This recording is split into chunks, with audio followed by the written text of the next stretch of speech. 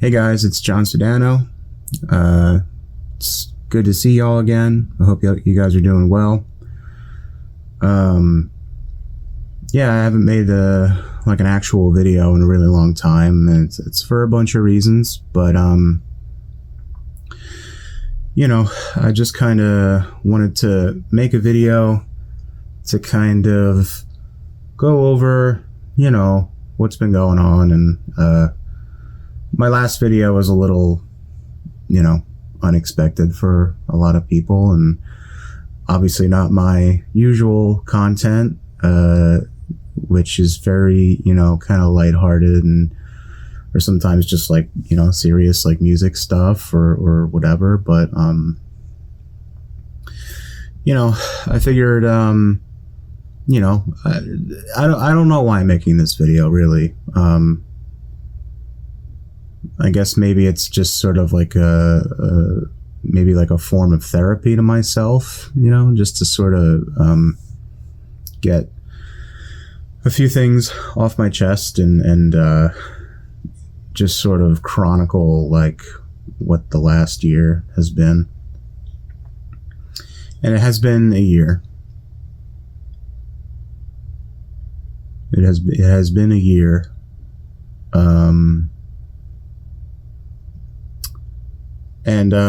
So yeah, with that being said, as a lot of you guys know, my mom passed away in May. And I know I was expecting it, sort of, kind of, not this soon, she died, like a week after her 64th birthday. And, and I just turned 32 last week. So, I'm pretty much a grown man now at this point. I don't feel like it at all. I still feel like I'm a teenager, honestly, just like in a grown-up's body. But, I just feel like it happened way faster than I thought it was going to.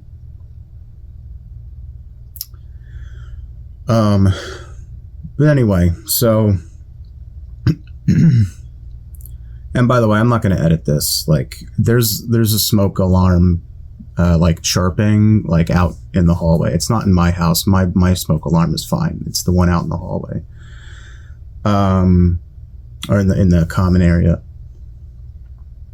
So, I'm just going to start from the beginning. This is like a one-sided thing.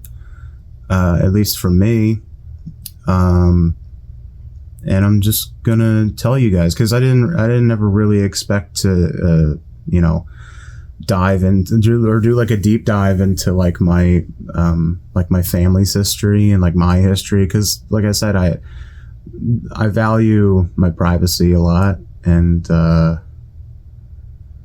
don't like to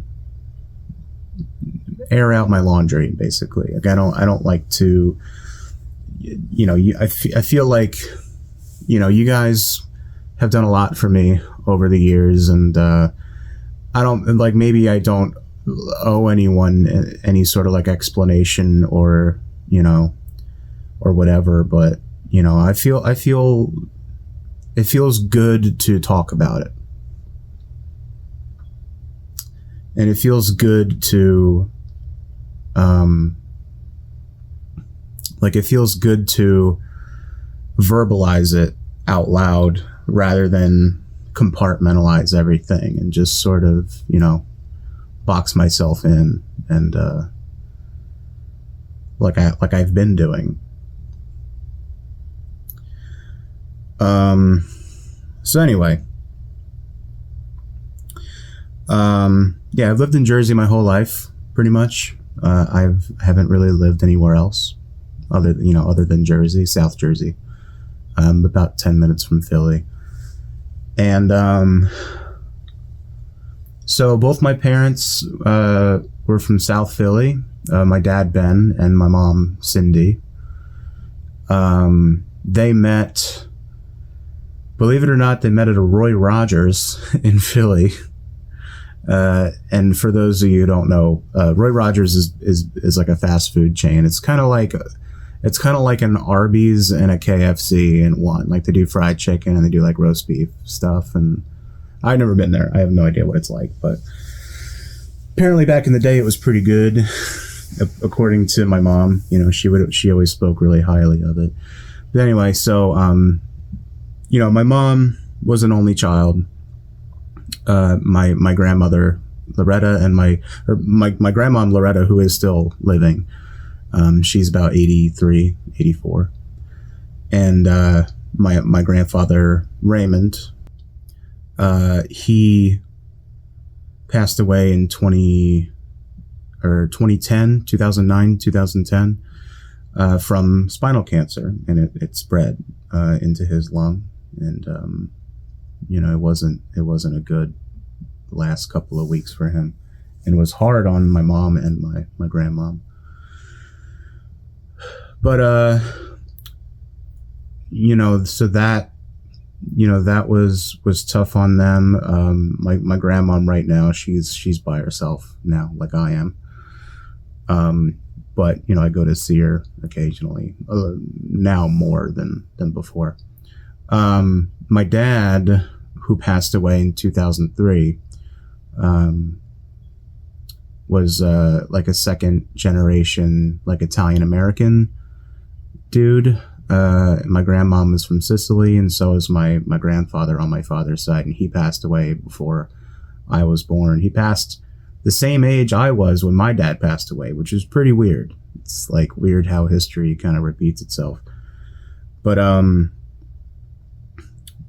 so yeah, my dad grew up, you know, throughout his teens, you know, without a dad, kind of like I did.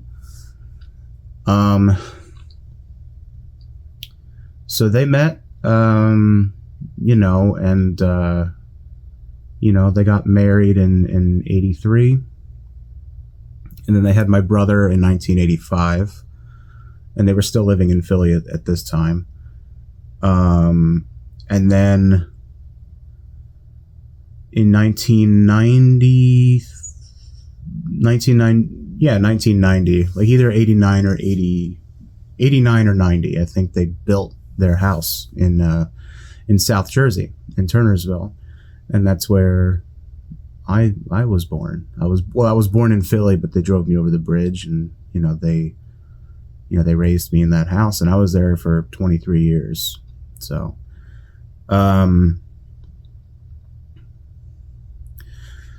I was born in 91, in June of 91, which is 32 years ago. And so they, yeah, I mean, they did a really good job raising me. I mean, my dad was a little rough around the edges, specifically with me, I think. I was the youngest. You know, my brother, he's in his late 30s now. But, you know, my dad was kind of like the tough love sort of guy, and my mom was like the very cushy, you know, would never dream of hitting her child or anything like that. You know, smothered me, spoiled me, that sort of thing. Not like a helicopter parent or anything, but, you know, definitely was protective. She was a protective mom, and she was really involved in my care. And my dad, same thing. You know, he loved me, but it was very easy. Let's say it was very easy to piss him off. He had a pretty short temper, especially like when it came to my schoolwork. I sucked at school. I hated school. I got shitty grades. Nothing really like interested me. Like all throughout elementary school, I was really disinterested, and you know, they would put me on like Adderall and fucking you know, tried to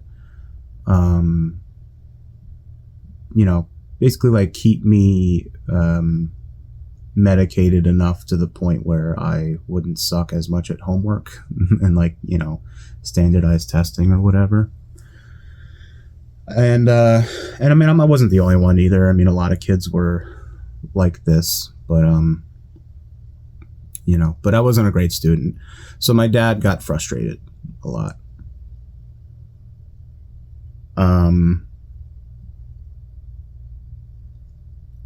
So yeah, that was elementary school. In 6th grade, I was 12 years old, and he had a massive heart attack. It was November 9th, 2003. It was a Sunday. It was approximately like 1 p.m. You don't forget these things. They stick with you. You remember dates and times. And I remember the weather. It was like cold but sunny. It was like my favorite kind of weather. It was like hoodie weather. And he had left to go help the neighbor with some yard work, and he left, and he made me do stuff like in the living room, because we had like this big like bin, and it was like full of newspapers, and we would collect newspapers, I guess, for like just like for whatever reason, like they were just kind of like a resource, like coal or gasoline. Like we would just use newspaper for stuff,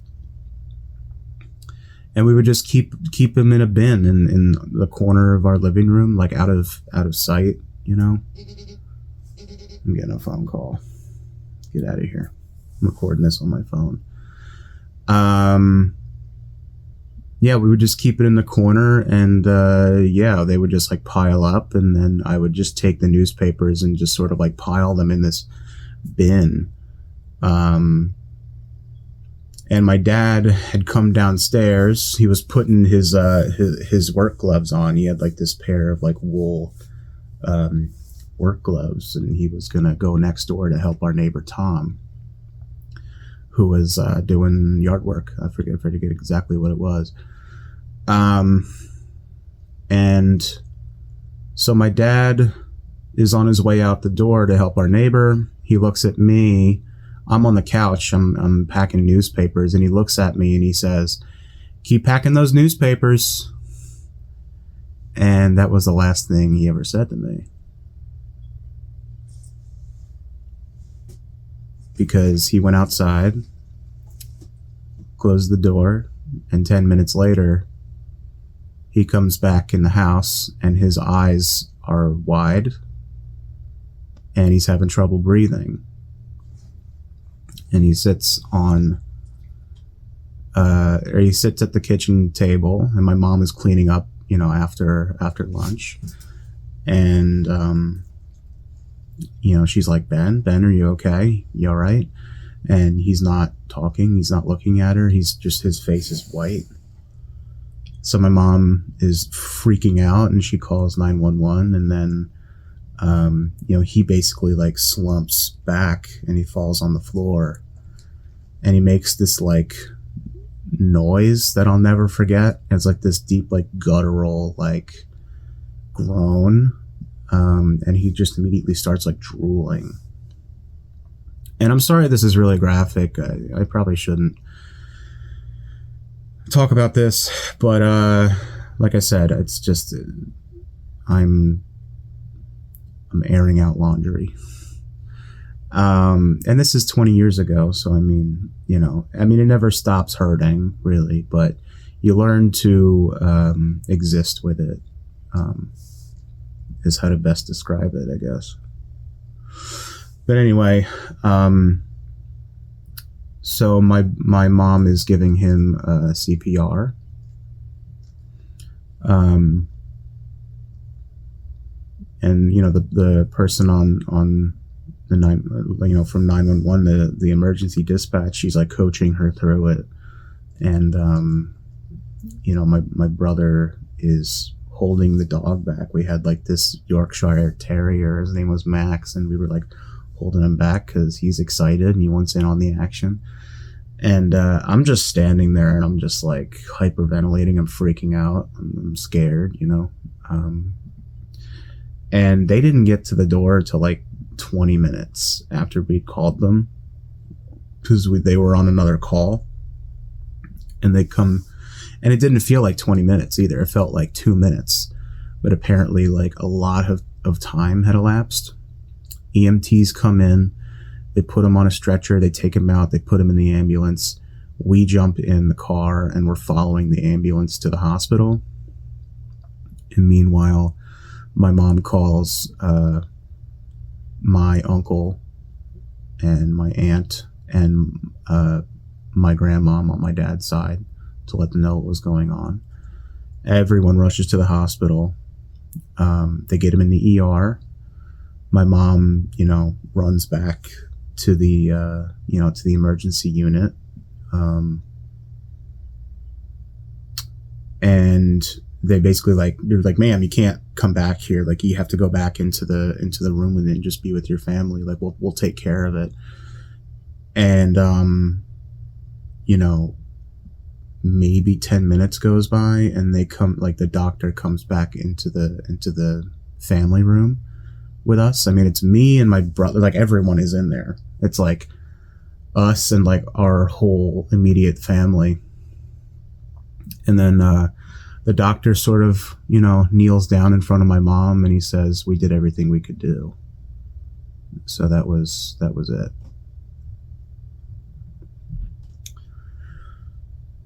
And I was 12. We had his funeral, we had him cremated, and my mom was never really the same after that.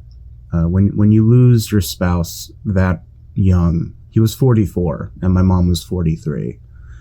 So when you lose your spouse that young, it's and my mom was a really religious woman. I mean, she believed in God very, very, very much. She was a very spiritual and religious person. God was very important to her. And, it's almost as if, God is testing you, or he's she didn't want to feel like she was being punished for something, or she had done wrong, or God was taking someone important away from us to punish us or whatever. Because, she would always say oh, everything happens for a reason and this and that. And it's in my 12-year-old brain, I'm does it? Does it really happen for a reason, or is it just sort of random? Is the universe just chaos and entropy and nothing happens for any kind of reason? It's just it's not malicious, it's not good, it just doesn't care. And that's kind of how I feel now, 20 years later. I don't think the universe is out to get any of us. I think it just doesn't care.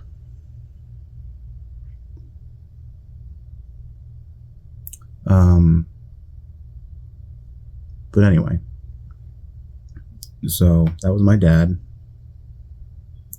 And fast forward to maybe, I was maybe 22, 23. And, I wasn't really working a lot. And my mom was trying to work, find jobs and stuff. I mean, she worked all throughout my teens. She, supported me all through high school and everything. And my high school, I remember my high school years being very positive, and I have a lot of good memories associated with high school. And then the housing market crashed in 2008. So thanks, Wall Street. Appreciate that. But we didn't lose our house until 2013.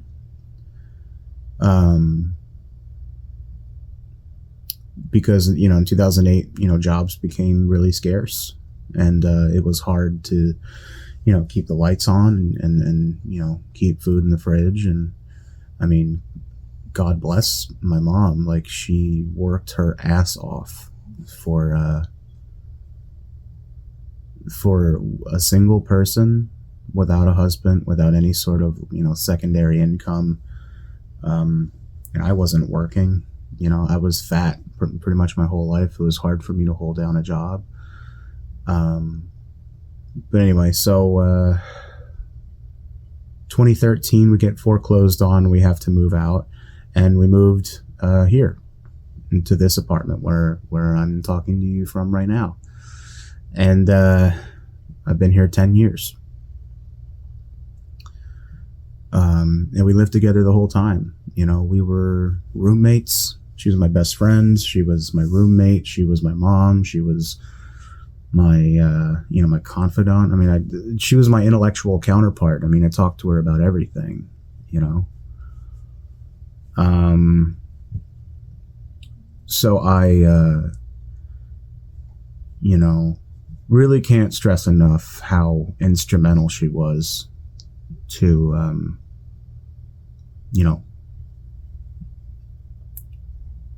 supporting me and kind of making me the person I am right now. Not just emotionally, but financially.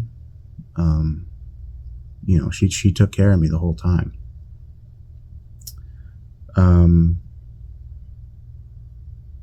So, we were both working at that point. I had found work.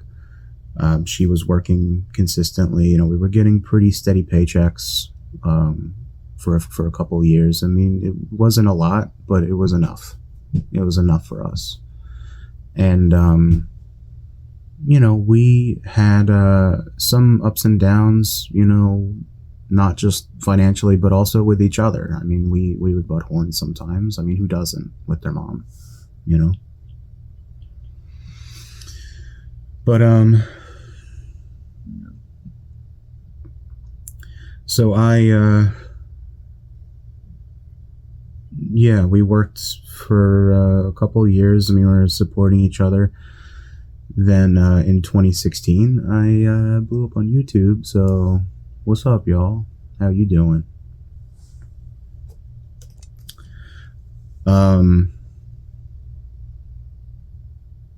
Yeah, and she was really proud of me for that. I mean, she loved the fact that I had become like a YouTuber and sort of like marginally famous on YouTube. She was super, super hyped about it. She was my number one fan. So, it was just nice having that kind of support within proximity to me. And then in 2018 is when we got the news that she was diagnosed with endometrial cancer.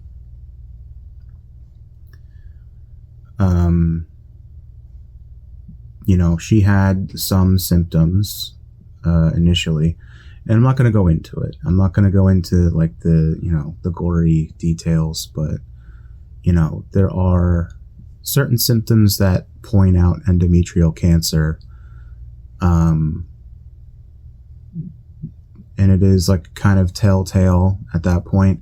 But the good news was, at least for us, is that endometrial cancer is one of the most treatable types of cancer. So, there was a silver lining there. And, I mean, I was scared. She was scared. When you're told you have cancer,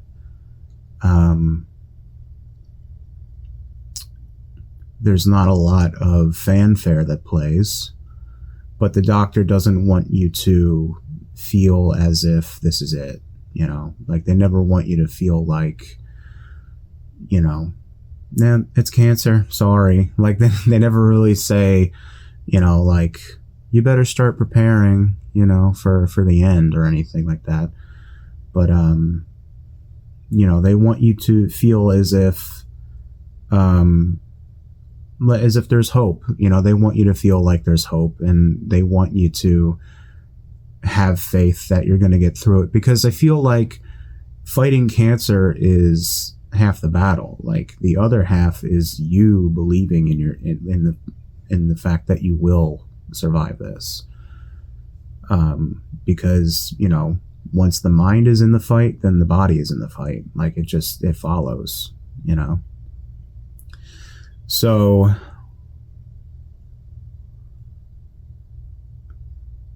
we start treatment in 2018. She starts radiation. We're going through the motions and everything. She's on medication. She never did chemo, which was weird, at least to me. But typically, treatment for endometrial cancer is like a full hysterectomy, where they remove your uterus and your ovaries, and then that's usually it. I wasn't sure,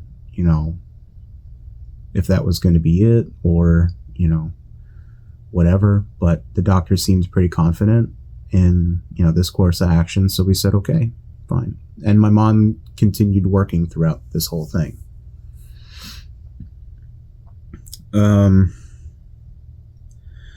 So yeah, that was 2018. Then in 2019, she had her surgery. She had, the full hysterectomy. Then she did about another week of light radiation, and then they did a CAT scan and said she was cancer free. And she rung the bell and everything. So that was a really happy moment.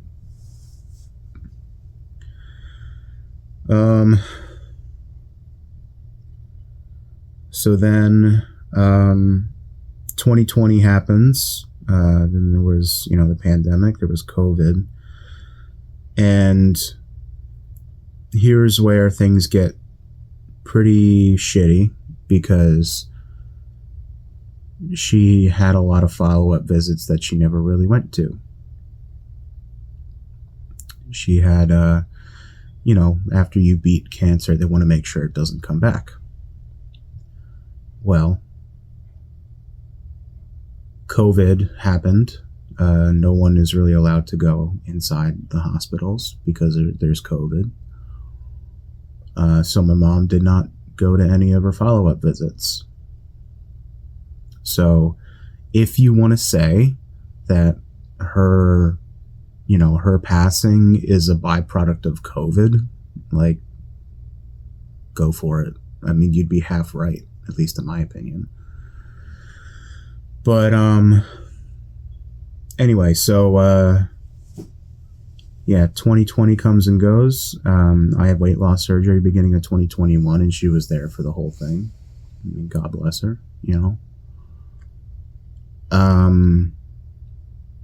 and I'm still working on that, by the way. I'm still working on myself. It's an ongoing thing.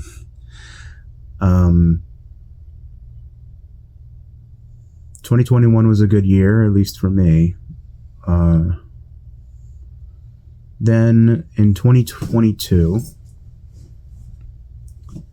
she starts complaining of pain again. And it's in her, where her uterus used to be. She thinks it's like a hemorrhoid or like a fistula or something, like inside. And, she goes to get it checked out, and they said it's a tumor. It's back. And at this point, it's already the size of a golf ball. So, and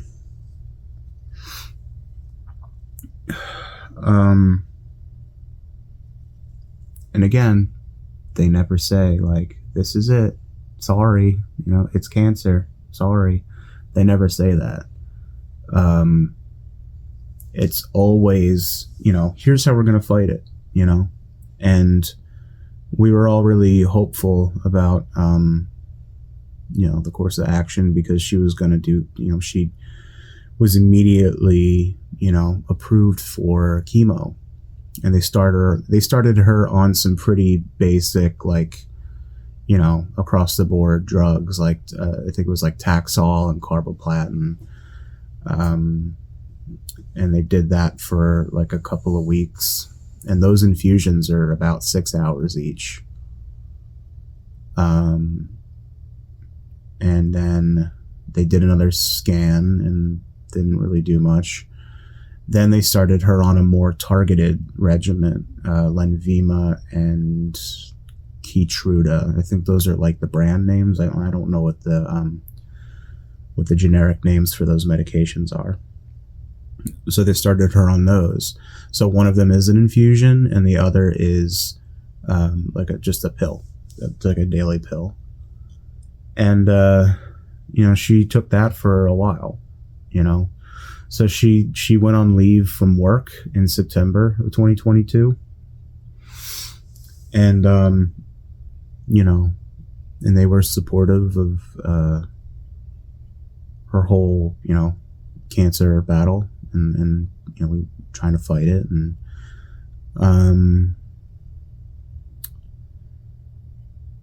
And then through November to December, she was getting pretty weak.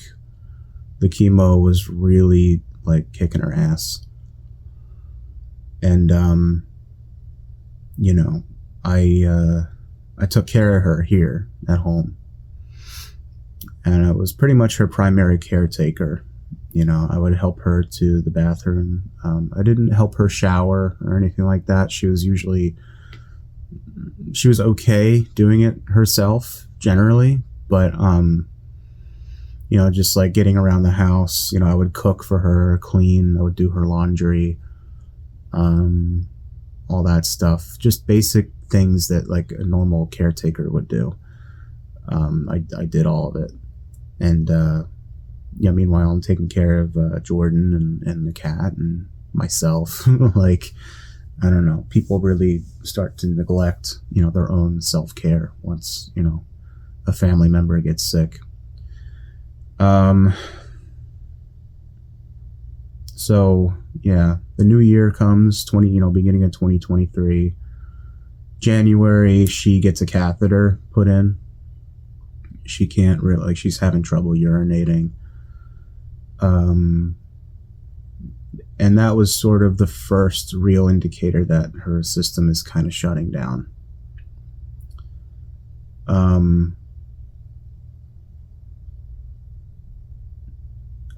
And then in February, she had an appointment to go to the urologist to have the catheter taken out and had a new one put in. And our appointment was early in the morning. It was like 8 o'clock in the morning. And I really begged them, like, we please have something later because she's not going to have a good time getting out of bed. And they're like, sorry, that's all we have. So I'm like, whatever. So I get her up and out of bed, and I try to get her in the shower, and she falls. She falls in the shower, and she can't get up. I turn the water off, and I immediately rush, and I call 911. I can't lift her. She's a very heavy woman, wasn't as heavy as me, but she's still very overweight. So it's hard for her to get around. And she has cancer. Like, she's not strong. She's on, on chemo. So the EMTs come, and they, help her out of the shower. They put some clothes on her, and then they get her into the ambulance. And they ask her, have you been screened for COVID lately? And she says no. So we get her to the ER. I follow the EMTs to the ER. And, this kind of starts the whole thing where her gradual decline starts to happen. As soon as she goes into the hospital, they screen her for COVID and sepsis, and they said, you have COVID and sepsis. And we're like, Jesus, she has cancer, COVID, and sepsis, and an autoimmune disease. So that's cool. But they start her on her normal regimen of the cancer fighting stuff, and the COVID drugs, and the antibiotics to get rid of the sepsis. Because when you're on, chemo, like when you're on this like Keytruda stuff, like it completely fucks your immune system. You have no you have no system to fight infection at all. So, my mom just got COVID and sepsis, and that's what was fucking her up. So she's in the hospital for like 2 weeks, and they're fighting it, and she beats COVID and she beats the sepsis. So they discharge her, but she's not strong enough to go home yet. So they discharge her and they send her to like a rehab facility, like not far from where we live. So that was, now we're into March, I believe. March of this year. So yeah, she's in rehab for a while. And at this point, her mind is starting to go a little bit because she's, her days are starting to melt together, and she's on oxycodone. Oxycodone, is, for those of you who don't know, is a pain medication. And the tumor is pressing against her rectovaginal wall, and it hurts a lot. Like, it's really painful. And, she needed the heavy stuff, like the heavy duty stuff. So she's on painkillers that kind of make her really loopy, confused. And she's in rehab in the same room day in and day out. I go to visit her a lot. I visit her, if not every day, then at least every other day. I bring her food. I bring her stuff to read. We watch TV together. I would clip her nails. I'd wash her hair. And she can't get out of bed. She's not strong enough.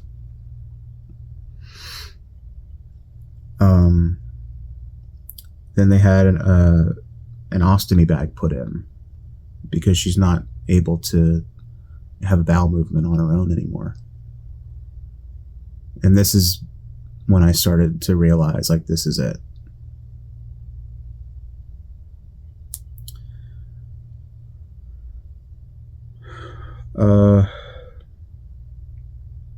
So March comes and goes all through April. I keep going to see her until like mid-April. I go to see her. I have lunch for her. I'm going to see her, and I have food with me. I was going to have lunch, and the EMTs are there. And I say, what's going on? And I see them all crowding around her room. And then the nurse sees me and she's like, we tried to call you. And I'm like, what's happening? What's going on? And they say, she has vaginal bleeding, and we're rushing her to the ER. So, and I'm like, shit. Okay, fine. Yeah, let's go. So I rush to the ER again. And this is her, I don't know, third or fourth time going to the hospital in the last 2 months. And they never really did determine where the bleeding was coming from, but they did find an abscess, because the tumor has gotten so big, it's basically starting to force its way out of her body. And she's bleeding, infection. And they, like I said, it was very, very graphic and hard. So she's in the hospital, and all of the doctors come in, the colorectal doctor and everyone else comes in, and they basically sit me and my mom down. She's in bed, and I'm there with her, and they basically say,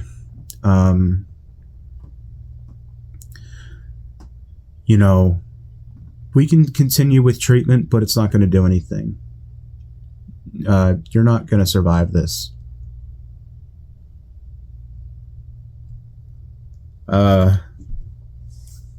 You can continue doing what you're doing right now. Sorry, my cat. Get down. Get down.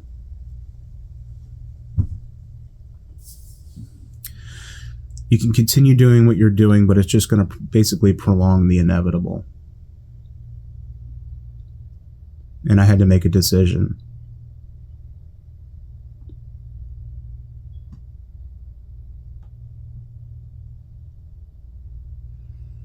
And I decided to stop treatment.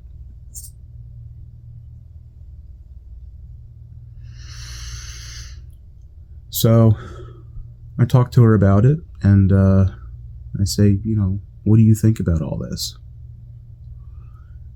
And then she looks at me and she says, I'm scared.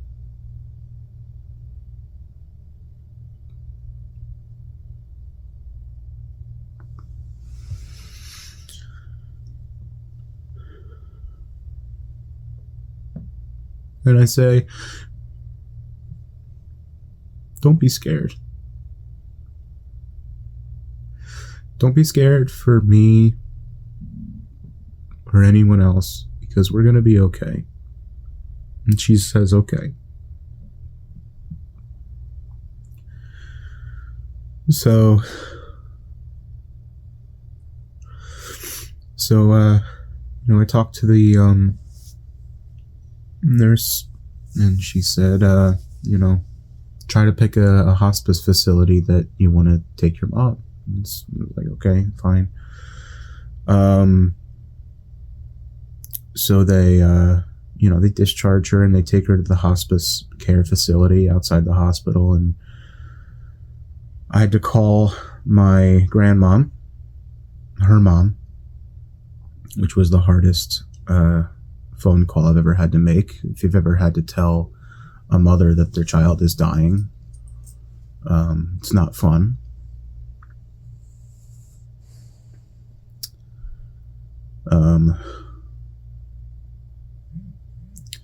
So she was in hospice for about 2 weeks.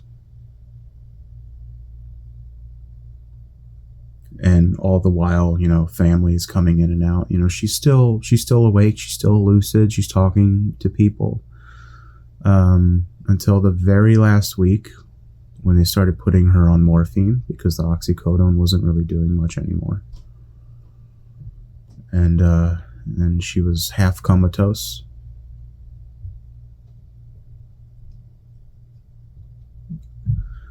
And then, we also celebrated her birthday in hospice. We had a cake and we sang happy birthday and everything, and it was nice. She had a nice birthday, last birthday. And then May 8th of this year, in the morning, I get a phone call, and they say her breathing is labored and her pulse ox is low. So you should probably get here now. And say, okay. So I leave and I drive straight there. I call my brother on the way. And I call her best friend. They grew up together and she doesn't live far. And we all met, and my mom does not look good.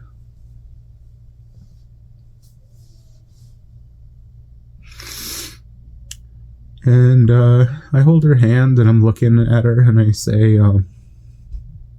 it's okay to let go.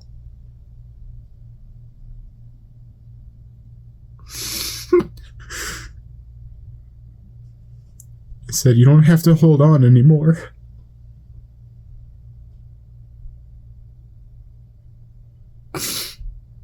Because you're going to see my dad.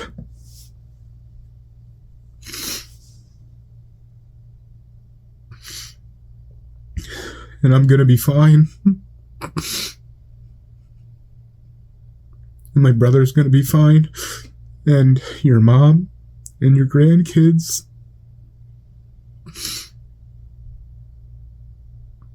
We're all going to be okay. And, I reached over and I kissed her. And that's when I heard the death rattle. It's like a gurgle. So she didn't leave until I kissed her. she waited.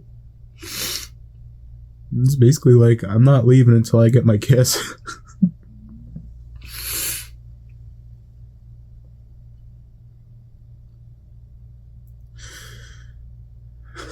She's not in pain anymore.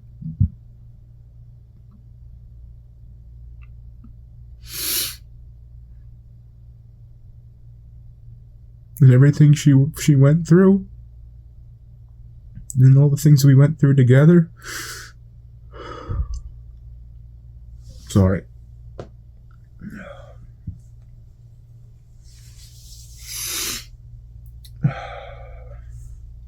But yeah, the whole family came together, you know, and thanks to you guys, you know, we had a nice funeral. You know, we had her cremated, and I plan on, you know, scattering her ashes in the Atlantic Ocean like we did with my dad. What we did with my dad's ashes. So, but, you know, I'm doing okay. All things considered, I'm doing okay. And, you know, I don't know if heaven is real. I don't know if there is an afterlife, but if there is, you know, I hope that she watches over me and keeps me safe and keeps her grandkids safe and my brother and her family.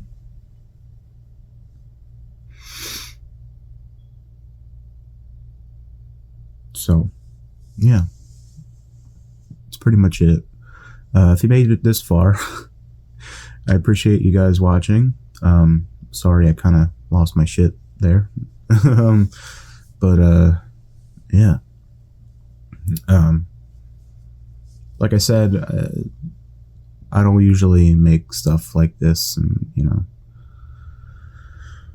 hopefully, in the future I can get back to making regular content again. It's just right now, you know, a little preoccupied. So, but anyway, I love you guys a lot, and huge shout out to, you know, all the people that donated for the memorial GoFundMe. I really appreciate it. I'm going to keep it open. I'm not going to shut it down like I did before. And, yeah.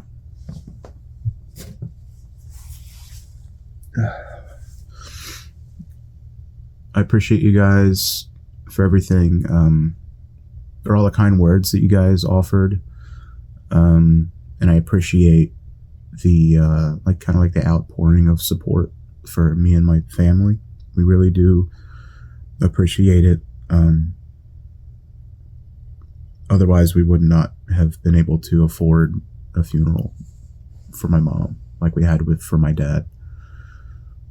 But yeah, I'm gonna go ahead and hit stop now.